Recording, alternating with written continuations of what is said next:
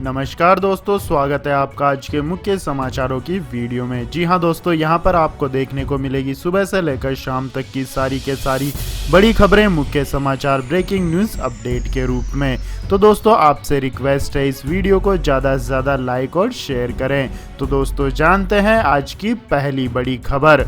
बिहार चुनाव में बड़ा मुद्दा बना रोजगार, तेजस्वी के दावे पर नीतीश सुशील का पलटवार। जी हां दोस्तों, बिहार चुनाव में महागठबंधन की अगुवाई कर रहे आरजेडी नेता तेजस्वी यादव युवाओं को लुभाने की हर कोशिश कर रहे हैं। तेजस्वी ने बेरोजगारी को बड़ा चुनावी मुद्दा बना दिया है। वे अपनी हर रैली में 10 लाख लोगों को रोजगार देने का वादा कर रहे हैं। एनडीए भी मामले की गंभीरता को समझ रहा है। मुख्यमंत्री नीतीश कुमार से लेकर डिप्टी सीएम सुशील मोदी तक दोबारा सत्ता मिलने पर नौकरियों का वादा कर रहे हैं। जेडीयू अध्यक्ष और मुख्यमंत्री नीतीश कुमार ने गुरुवार को बरबीघा में एक चुनावी सभा में युवाओं के लिए रोजगार के अवसर पैदा करने का भरोसा दिलाया। मुख्यमंत्री ने कहा है कि सेवा ही हमारा धर्म है। राज्य के साथ केंद्र सरकार भी हर वर्ग के विकास के लिए कार्य कर रही है। बिहार को आगे बढ़ाने में हर कोशिश की गई और नतीजा हुआ कि बिहार में प्रति व्यक्ति आमदनी में 10.5% की सालाना वृद्धि हुई है। और नीतीश कुमार ने कहा कि बिहार से हमने जंगल राज का खात्मा किया है और अब राज्य तेजी से विकास के रास्ते पर आगे बढ़ रहा है। इसके बाद दोस्तों, जानते हैं अगली खबर। एक्शन में सीएम योगी आदित्यनाथ, 6 महीने तक यह 13 अपराध करने वालों पर रहेगी खास नजर। जी हां दोस्तों, यूपी के सीएम योगी आदित्यनाथ के एक्शन का असर अब दिखाई देने लगा है। गले में माफीनामे की पट्टी डालने को मजबूर करने के साथ ही अपराधियों को कोर्ट से सजा कराकर जेल भेजा जा रहा है। बीते 1 साल में महिलाओं और बच्चों संग हुए अपराधों के खिलाफ 1400 मामलों से जुड़े आरोपियों को सजा कराई गई है। इस महामारी के बीच लॉकडाउन के दौरान भी अपराधियों के खिलाफ कार्यवाही की गई। अपर पुलिस महानिदेशक अभियोजन आशुतोष पांडे ने बताया है कि 17 अक्टूबर 2020 से 22 अप्रैल 2021 के बीच संचालित मिशन शक्ति अभियान की अवधि में प्रभावी अभियोजन के माध्यम से बलात्कार सहित हत्या, बलात्कार के प्रयास में बालिकाओं के विरुद्ध यौन अपराध करने वाले अपराधियों को कड़ी से कड़ी सजा दिलाएंगे। इसके अलावा छेड़खानी, लज्जा भंग, पीछा करने वाले, शोहदों फफ्तियां कसने वाले, अनायास घूरने वाले, तेजाब हमला करने वाले, अश्लीलता करने वाले, अनैतिक देह व्यापार कराने वाले, शराब पीकर हुड़दंग करने वाले, चेन स्नेचिंग और गुंडा प्रवृत्ति के अपराधियों को भी उनकी जमानतें खारिज कराकर और कठोर सजा भी दिलाएंगे, जिससे समाज में आमजन विशेषकर महिलाएं एवं बालिकाओं में सुरक्षा एवं विश्वास का वातावरण और अधिक बेहतर होगा। इसके बाद दोस्तों, जानते हैं अगली बड़ी खबर। श्री कृष्ण विराजमान की याचिका स्वीकार, सभी विपक्षी पार्टियों को नोटिस जारी। जी हां दोस्तों, मथुरा में जिला जज की अदालत ने श्री कृष्ण विराजमान की याचिका स्वीकार कर ली है। कोर्ट ने सभी पक्षों को नोटिस जारी कर उनका पक्ष रखने को कहा है। आपकी जानकारी के लिए बता दें दोस्तों, श्री कृष्ण विराजमान द्वारा श्री कृष्ण जन्मभूमि की 13.37 एकड़ भूमि के स्वामित्व की मांग की जा रही है। साथ ही याचिका में ईदगाह को हटाने की भी मांग की गई है। इससे पहले सिविल जज की अदालत ने याचिका खारिज कर दी थी। अब जिला जज याचिका पर फैसला लेंगे। याचिकाकर्ता का कहना है कि हमारी अपील को स्वीकार कर लिया गया है। जिला जज ने जितने भी विपक्षी थे उन्हें नोटिस जारी किया है। मस्जिद पक्ष को जवाब देना है। आपकी जानकारी के लिए बता दें दोस्तों, हिंदू पक्ष कृष्ण जन्मभूमि से शाही ईदगाह मस्जिद को अवैध बता रहे हैं और उसे हटाने की मांग कर रहे हैं। साथ ही 13.37 एकड़ भूमि पर अपना स्वामित्व भी वापस मांग रहे हैं। दावा किया जा रहा है कि इस समय जहां मस्जिद है, कभी वहां कंस का कारागार हुआ करता था और वहीं पर कृष्ण का मंदिर था। मुगलों ने इसे तोड़कर वहां शाही ईदगाह मस्जिद बनवा दी। इसके बाद दोस्तों, जानते हैं अगली बड़ी खबर। बॉलीवुड इंडस्ट्री को शिफ्ट करने की कोशिश बर्दाश्त नहीं, उद्धव ठाकरे के बयान पर गरमाई राजनीति। जी हां दोस्तों, आर्थिक राजधानी मुंबई से हिंदी फिल्म इंडस्ट्री को उत्तर प्रदेश में शिफ्ट करने पर राजनीति शुरू हो गई है। गुरुवार को महाराष्ट्र के मुख्यमंत्री उद्धव ठाकरे ने कहा था कि वह मुंबई की हिंदी फिल्म इंडस्ट्री को बदनाम करने, उसे खत्म करने या कहीं और स्थानांतरित करने का कोई प्रयास बर्दाश्त नहीं करेंगे। समझा जा रहा है कि उनका यह बयान पिछले कुछ माह से बॉलीवुड के विवाद में रहने के कारण आया है। उद्धव ठाकरे ने कहा था कि बॉलीवुड के चाहने वाले पूरी दुनिया में है। फिल्म इंडस्ट्री बड़े पैमाने पर रोजगार भी देती है। फिल्म इंडस्ट्री को खत्म करने या इसे कहीं और स्थानांतरित करने का कोई प्रयास बर्दाश्त नहीं किया जाएगा। वहीं एनसीपी के वरिष्ठ नेता और कैबिनेट मंत्री नवाब मलिक ने भी अफवाहों का जवाब देते हुए कहा है कि बॉलीवुड को बदनाम करने और इसे मुंबई से बाहर उत्तर प्रदेश में स्थानांतरित करने के लिए कई प्रयास किए जा रहे हैं। हम इसकी अनुमति नहीं देंगे। आपकी जानकारी के लिए बता दें दोस्तों, पिछले महीने यूपी के मुख्यमंत्री योगी आदित्यनाथ ने उत्तर प्रदेश में भारत की सबसे बड़ी फिल्म सिटी स्थापित करने का ऐलान किया था। इसके बाद दोस्तों जानते हैं अगली बड़ी खबर। लेकिन दोस्तों अगली खबर जानने से पहले आप लोगों से गुजारिश है कि इस वीडियो में दिखाई गई खबरें अगर आपको पसंद आई हो तो इस वीडियो को लाइक करें, कमेंट करें और हमारे चैनल को सब्सक्राइब करें। साथ ही दोस्तों हम इस वीडियो के अंत में एक सवाल पूछेंगे जिसका जवाब देकर आप बन सकते हैं नॉलेज सम्राट। तो दोस्तों सवाल को जानने के लिए इस वीडियो को अंत तक जरूर देखें। तो दोस्तों जानते हैं अगली खबर। कोल इंडिया ने दिया 2.62 लाख कर्मचारियों को तोहफा। दिवाली से पहले खाते में आएंगे 68,500 रुपए। जी हां दोस्तों, सरकारी कंपनी कोल इंडिया लिमिटेड ने शुक्रवार को अपने नॉन एग्जीक्यूटिव कर्मचारियों के लिए बड़ा ऐलान किया है। कोल इंडिया ने इन कर्मचारियों के लिए वित्तीय वर्ष 2019-20 के लिए परफॉर्मेंस लिंक्ड रिवार्ड के तौर पर प्रति कर्मचारी 68,500 रुपए देने का ऐलान किया है। इससे कंपनी पर कुल 1,700 करोड़ रुपए का बोझ बढ़ेगा। कोल इंडिया ने एक बयान में जारी कर कहा है कि यह वित्तीय वर्ष 2019-20 में कर्मचारियों की उपस्थिति से लिंक किया गया है। सभी कर्मचारियों को 20 अक्टूबर से पहले इसका भुगतान कर दिया जाएगा। कोल इंडिया के इस पीआरएल से करीब 2.62 लाख कर्मचारियों को फायदा होगा। इसमें कोल इंडिया की 8 सहायक कंपनियों के कर्मचारी भी शामिल होंगे। इस महामारी के बावजूद कंपनी ने अपने कर्मचारियों के पीआरएल को 5.87% यानी 3,800 रुपए बढ़ाते हुए इसे 68,500 रुपए करने का ऐलान किया है। इसका लाभ केवल उन्हीं नॉन एग्जीक्यूटिव कर्मचारियों को मिलेगा जिन्होंने वित्तीय वर्ष 2019-20 में कम से कम 30 वर्किंग डे को पूरा किया हो। इसके बाद दोस्तों जानते हैं अगली खबर। पश्चिमी महाराष्ट्र में बाढ़ का कहर, कई मकान क्षतिग्रस्त, अब तक 28 लोगों की हुई मौत। जी हां दोस्तों, पश्चिमी महाराष्ट्र के कई जिलों में भारी बारिश और उसके बाद आई बाढ़ में 2300 से अधिक मकान क्षतिग्रस्त हो गए और बड़े पैमाने पर फसल बर्बाद हो गई है। इन जिलों में 21,000 से अधिक लोगों को सुरक्षित स्थानों पर ले जाया गया है। अधिकारियों ने शुक्रवार को यह जानकारी दी। यहाँ के संभागीय आयुक्त कार्यालय के अनुसार एक और शव बरामद होने के बाद बारिश संबंधित घटनाओं में मरने वालों की संख्या 28 हो गई है। इस क्षेत्र में बाढ़ से सबसे ज्यादा प्रभावित जिला सोलापुर है, जहां इसमें से आधी मौतें हुई है। कार्यालय ने बताया है कि पुणे, सोलापुर, सतारा और सांगली जिले में 57,000 हेक्टेयर में फसलें गन्ना, सोयाबीन, सब्जियों, चावल, अनार और कपास जैसी फसलों को नुकसान हुआ है। पुणे संभागीय आयुक्त कार्यालय के एक वरिष्ठ अधिकारी ने बताया कि इस क्षेत्र में भारी बारिश और बाढ़ में लगभग 513 पशुओं की जान चली गई है। इसके बाद दोस्तों जानते हैं अगली खबर। प्रकाश जावड़ेकर ने एलजेपी को बताया वोट कटवा, चिराग पासवान पर लगाया बड़ा आरोप। जी हां दोस्तों, बिहार विधानसभा चुनाव को लेकर राजनीतिक दलों में आरोप प्रत्यारोप का दौर जारी है। राज्य की सियासी सरगर्मियां अब चरम पर हैं। मुख्यमंत्री नीतीश कुमार और तेजस्वी यादव समेत बिहार के तमाम बड़े नेताओं की ताबड़तोड़ चुनावी जनसभाएं चल रही हैं। इसी बीच केंद्रीय मंत्री प्रकाश जावड़ेकर ने चिराग पासवान पर बड़ा आरोप लगाया है। प्रकाश जावड़ेकर ने कहा है कि चिराग पासवान ने बिहार में अलग राह पकड़ी है। वह बीजेपी के वरिष्ठ नेताओं का नाम लेकर लोगों को गुमराह कर रहे हैं। हमारी कोई बी और सी टीम नहीं है।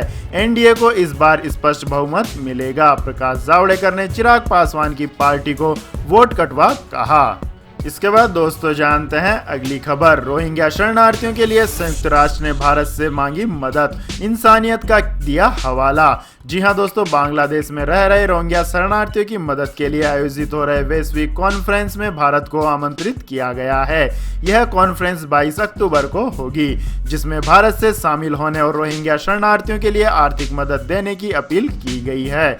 इस कॉन्फ्रेंस का आयोजन यूएस, यूके, यूई और यूएन की रिफ्यूजी एजेंसियां साथ मिलकर कर रही हैं। इस कॉन्फ्रेंस का मकसद बांग्लादेश में रह रहे म्यांमार के रखाइन प्रांत से जान बचाकर भागे रोहिंग्या शरणार्थियों की मदद के लिए धन इकट्ठा करना है। इसके बाद दोस्तों जानते हैं अगली खबर। तनातनी के बीच चीन की तैयारी, सुसाइड ड्रोन हमलावरों की कर रहा है फौज तैयार।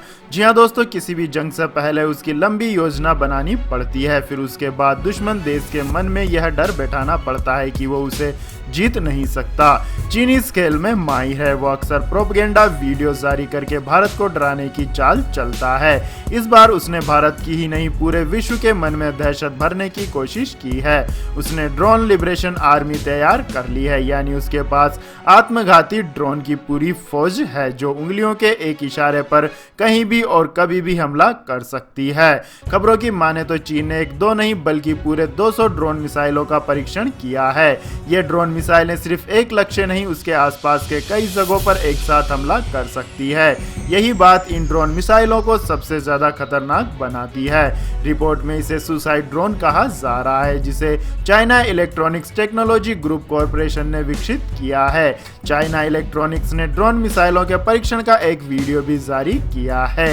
इसके बाद दोस्तों जानते हैं अगली बड़ी खबर। अब बनेगा पशु किसान क्रेडिट कार्ड, जिसमें बिना गारंटी के मिलेंगे 1,60,000 रुपए। जी हाँ दोस्तों, किसानों की इनकम डबल करने के लिए हरियाणा में पशु किसान क्रेडिट कार्ड शुरू की गई है। इसके 60,000 से अधिक लाभार्थी हो गए हैं। अब तक इसके लिए अलग अलग बैंकों में करीब 4 लाख आवेदन आए हैं। राज्य के कृषि मंत्री जेपी दलाल के मुताबिक सरकार ने 8 लाख पशुपालकों को यह कार्ड जारी करने का फैसला लिया है।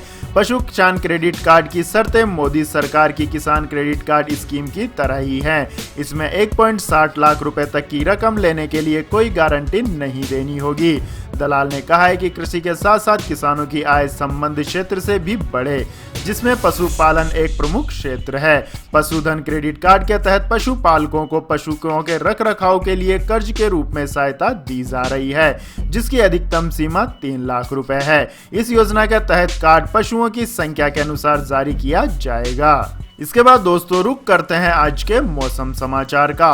तो दोस्तों अगले 24 घंटों के दौरान दक्षिणी उड़ीसा, उत्तरी तटीय आंध्र प्रदेश, तेलंगाना, दक्षिणी छत्तीसगढ़, विदर्भ, दक्षिणी और दक्षिणी पश्चिमी मध्य प्रदेश, दक्षिणी गुजरात और अंडमान व निकोबार द्वीप समूह में हल्की से मध्यम बारिश हो सकती है, जबकि कोंकण, गोवा, मध्य महाराष्ट्र, तटीय कर्नाटक, केरल, तमिलनाडु के कुछ हिस्सों और आंतरिक कर्नाटक में कुछ स्थानों पर हल्की बारिश, जबकि एक दो स्थानों पर मध्यम वर्षा के आसार दिखाई दे रहे हैं। देश के बाकी हिस्सों में मौसम मुख्यतः शुष्क बना रहेगा। इसके बाद दोस्तों जानते हैं आज के पेट्रोल और डीजल के भाव। तो दोस्तों तेल कंपनियों ने आज भी पेट्रोल और डीजल के दामों में कोई बढ़ोतरी नहीं की है, जिससे देश की राजधानी दिल्ली में पेट्रोल अपने पूर्ववर्ती दाम 81 रुपए 6 पैसे प्रति लीटर पर बना हुआ है, जबकि डीजल का दाम 70 रुपए 46 पैसे प्रति लीटर है। इसके बाद दोस्तों जानते हैं अगली बड़ी खबर। नवरात्रि से पहले बड़ा सोने का दाम, अब 10 ग्राम के लिए चुकानी होगी इतनी कीमत। जी हां दोस्तों, लगातार 3 दिनों की गिरावट के बाद शुक्रवार को सोने के दामों में तेजी आई है। शुक्रवार को दिल्ली सराफा बाजार में पीली धातु के भाव में इजाफा हुआ।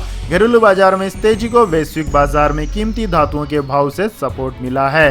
कोरोना वायरस महामारी को लेकर अनिश्चितता जारी है। कई यूरोपीय देशों में एक बार फिर से लॉकडाउन का दौर शुरू हो गया है।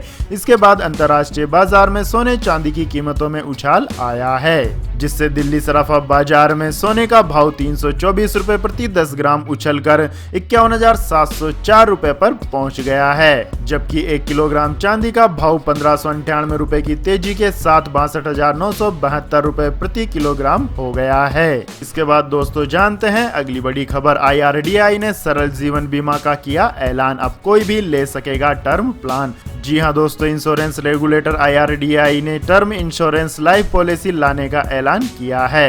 हालांकि इसमें यह खबर पहले ही बताई थी कि IRDAI स्टैंडर्ड टर्म पॉलिसी लेकर आने वाला है। अलग अलग कंपनियों के अलग अलग कई टर्म लाइफ इंश्योरेंस प्रोडक्ट हैं, जिनकी शर्तें और नियम अलग अलग होते हैं। इसकी वजह से कई बार ग्राहकों को पॉलिसी समझने में दिक्कत होती है। IRDAI के आदेश के मुताबिक बीमा कंपनियां 1 जनवरी 2021 से यह प्रोडक्ट बाजार में लॉन्च कर सकेगी। स्टैंडर्ड टर्म पॉलिसी एक ऐसा प्रोडक्ट है जिसके नियम और शर्तें सभी बीमा कंपनियों के लिए बिल्कुल एक समान होंगे। किसी भी बीमा कंपनी से खरीदने पर इसको टर्म इंश्योरेंस का बेनिफिट भी एक समान मिलेगा। इस पॉलिसी को 18 साल से लेकर 65 साल तक का कोई भी व्यक्ति ले सकता है। पॉलिसी टर्म 5 साल से 40 साल तक होगी। इसमें अधिकतम मैच्योरिटी की उम्र 70 साल होगी। इसमें 5 लाख रुपए से लेकर 25 लाख रुपए तक का सब एश्योर्ड मिलेगा। और इस टर्म इंश्योरेंस की अधिक जानकारी आपको इस वीडियो के डिस्क्रिप्शन में मिल जाएगी। इसके बाद दोस्तों जानते हैं अगली खबर। चीन पर एक और चोट, एयर कंडीशनर के आयात पर सरकार ने लगाई रोक। जी हां दोस्तों, सरकार ने रेफ्रिजरेटर्स के साथ आने वाले एयर कंडीशनर के आयात पर पाबंदी लगा दी है। घरेलू मैन्युफैक्चरिंग को बढ़ावा देने और गैर जरूरी सामानों के आयात में कमी लाने के लिए यह कदम उठाया गया है। इससे चीनी कारोबारियों को बड़ा झटका लगेगा। गौरतलब है कि देश में एसी का बाजार करीब 40,000 करोड़ रुपए का है। भारत अपनी एसी की जरूरत का करीब 28% आयात चीन से करता है। कई मामलों में तो एसी के 85 से 100% कंपोनेंट्स आयात किए जाते हैं। विदेश व्यापार महानिदेशालय ने एक अधिसूचना में कहा है कि रेफ्रिजरेटर्स के साथ एयर कंडीशन के आयात को लेकर नीति संशोधन की गई है। इसके तहत इसे मुक्त श्रेणी से हटाकर प्रतिबंधितात्मक सूची में डाला गया है। स्प्लिट और विंडो या अन्य सभी तरह के एयर कंडीशनर के आयात पर रोक लगाई गई है। भारत में कई विदेशी कंपनियों ने अपने प्लांट लगा रखे हैं। उनके कारोबार पर इसका असर नहीं होगा। इसके बाद दोस्तों जानते हैं अगली खबर। WHO ने कहा स्वस्थ लोगों को इस महामारी की वैक्सीन के लिए 2022 तक करना होगा इंतजार। जी हां दोस्तों, विश्व स्वास्थ्य संगठन ने कहा है कि स्वस्थ लोगों को इस वायरस की वैक्सीन के लिए 2022 तक इंतजार करना पड़ेगा, क्योंकि स्वास्थ्य कार्यकर्ताओं और संक्रमण का ज्यादा खतरा वाले लोगों को इसमें प्राथमिकता दी जाएगी। WHO की मुख्य वैज्ञानिक सौम्या स्वामीनाथन ने सवाल जवाब के एक ऑनलाइन सत्र को संबोधित करते हुए कहा है कि 2021 तक कम से कम एक प्रभावशाली वैक्सीन हमारे पास होगी, लेकिन यह सीमित मात्रा में होगी। उन्होंने कहा है कि ज्यादातर लोग इस बात से सहमत होंगे कि वैक्सीन देने की शुरुआत स्वास्थ्य कार्यकर्ताओं और अग्रिम पंक्ति के कार्यकर्ताओं से होनी चाहिए। इसमें आपको निर्धारित करना होगा कि ज्यादा खतरा किसे है। इसके बाद बुजुर्गों और अन्य लोगों का नंबर आएगा। इसके बाद दोस्तों जानते हैं अगली खबर। मारुति कारों पर बम्पर दिवाली ऑफर, मिल रहा है 55,000 रुपए तक का डिस्काउंट। जी हां दोस्तों, इस फेस्टिवल सीजन में आपके पास कार लेने का शानदार मौका है। मारुति अपनी कारों पर बम्पर डिस्काउंट ऑफर कर रहा है। एक रिपोर्ट के मुताबिक दिवाली पर एरिना और नेक्सा मॉडल्स पर 55,000 रुपए तक का डिस्काउंट मिल रहा है। इसमें अल्टो से लेकर मारुति एस क्रॉस तक शामिल है और यह डिस्काउंट कंपनी 20 अक्टूबर तक दे रही है। इसके बाद दोस्तों जानते हैं अगली खबर। माइक्रोमैक्स इंडिया जल्द भारत में करने वाला है वापसी, ला सकता है 7,000 से 15,000 रुपए तक के फोन। जी हां दोस्तों, भारत की स्मार्टफोन बनाने वाली कंपनी माइक्रोमैक्स जल्द देश में अपना नया स्मार्टफोन लॉन्च करने की तैयारी कर रही है। कंपनी की प्लानिंग देश में जल्द एक नई स्मार्टफोन सीरीज लॉन्च करने की है। मोबाइल कंपनी माइक्रोमैक्स के को फाउंडर राहुल शर्मा ने अपने ट्विटर अकाउंट पर इस बारे में एक वीडियो शेयर किया। ट्वीट में जारी किए गए इस वीडियो में ऐसा अंदाजा लगाया जा रहा है कि जल्द माइक्रोमैक्स नए स्मार्टफोन से पर्दा उठा सकती है। हालांकि कंपनी ने आने वाली स्मार्टफोन सीरीज के बारे में कोई जानकारी साझा नहीं की है। को फाउंडर राहुल शर्मा ने अपने ट्वीट अकाउंट पर करीब 2 मिनट लंबा वीडियो साझा किया है। वीडियो में राहुल शर्मा कंपनी के अब तक के सफर के बारे में बात कर रहे हैं। वीडियो में राहुल ने उस समय के बारे में बात की है जब चीनी स्मार्टफोन कंपनियों ने बाजार पर कब्जा कर लिया और कंपनी के स्मार्टफोन्स की बिक्री में गिरावट आई थी। तो यह थी दोस्तों आज की सभी महत्वपूर्ण बड़ी खबरें। और दोस्तों अब बारी आती है माइंड क्वेश्चन की, जिसका जवाब देकर आप बन सकते हैं नॉलेज सम्राट। तो दोस्तों आज का सवाल है, बिहार के मुख्यमंत्री नीतीश कुमार का संबंध किस पार्टी से है? तो दोस्तों इस सवाल का जवाब जल्दी से कमेंट सेक्शन में लिख दीजिए और हमारे इस वीडियो को लाइक कीजिए, शेयर कीजिए और हमारे चैनल को सब्सक्राइब करके बेल आइकन का बटन भी दबा लीजिए। धन्यवाद। जय हिंद, जय भारत, वंदे मातरम।